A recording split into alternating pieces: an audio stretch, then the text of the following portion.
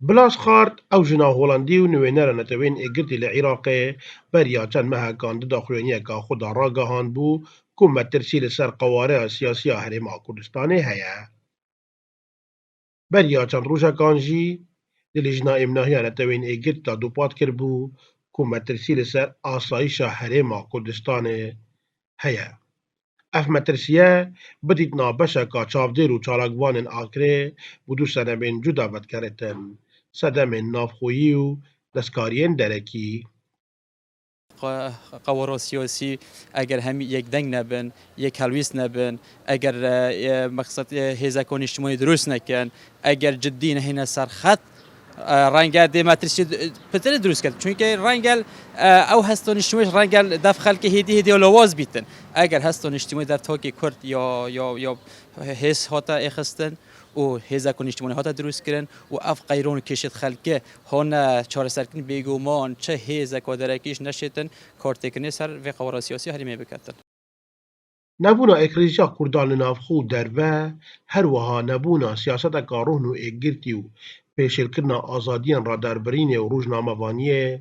ji egerên navxweyî ne ku metirsî li ser qewareya herêmê durust bûye. Ev e jî dîtina beşeka wan çalakvan heye. تا که امضا بین سبه مترسیه دویا همو لاین سیاسی ایک گرتی بین ایک هلویست بین ایک هلسان نتوین اجتماعی بین دور برجن آکوکیین بو برجمین برتسکت حزبیت حزبایتی یا کسایتی برتسک أكيد بو قلق خالبات قريتك لوان نبونا هفسنجية سياسية لهريما كردستاني و نبونا آزادية رادربريني وقرتنا روجنا منوس و چالاكوانا وقرتنا وكركردنا دنگي آزاد أفش بيتسواني ولاتين ديمقراسية و تيرورا هزري و تاوان باركردنا كسين سياسي و ديار و حتى شار و شاروزكين هريما كردستاني ببابت نروا أفش دبيتا مترسي بو لنافتونا قوارا هريما كردستاني.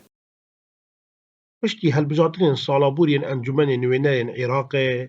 barûdûxê siyasî yê Herêmê û Bexda, aloziyên zûr û guherînên berçav li xwe girtiye û ewan alozî û guherînan jî karîgerî li ser herêmê kara kirîne. İsmaîl Seîd, Dezgehê Mîdyayê Vadînan, Akirê.